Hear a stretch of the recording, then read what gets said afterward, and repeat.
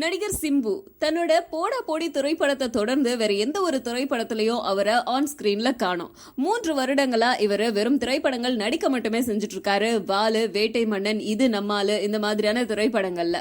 நடுவுல காக்கா முட்டை அப்படிங்கிற திரைப்படத்துல ஒரு கெஸ்ட் ரோல்ல வந்திருந்தாரு. அதை தொடர்ந்து ஆன் ஸ்கிரீன்ல அவரை எங்கேயுமே பார்க்க முடியல. இருந்தாலும் இது எல்லா திரைப்படத்திலையும் வாலு திரைப்படத்தை மட்டும் வெளியிடலாம் அப்படின்னு பயங்கரமான முயற்சிகள்லாம் மேற்கொள்ளப்பட்டுச்சு. ஆனா அந்த முயற்சிகள்ல ஒவ்வொரு தடைகளா வந்துட்டே இருந்தது.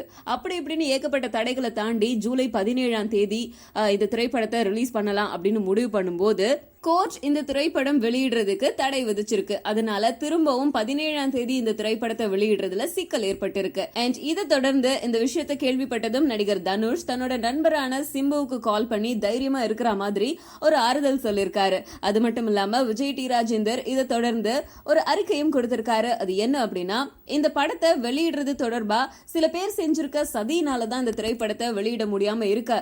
ஆனா எந்த ஒரு தடை வந்தாலும் அதை நாங்க எதிர்கொள்வோம் அப்படின்னு சொல்லியிருக்காரு.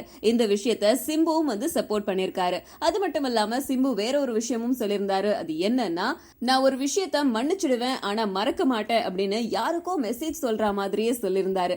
எது எப்படியோ இந்த திரைப்படத்தை கூடிய விரைவில் வெளியிடணும் அப்படிங்கிறது தான் இந்த படத்துடைய டீமோட, சிம்புவோட, விஜய் டி ராஜேந்தரோடைய பெரிய குறிக்கோள். Really happy I worked on a film like Bahubali because I think now I can open my horizons to action films and I can also do some action because I've lost a little bit of that fear.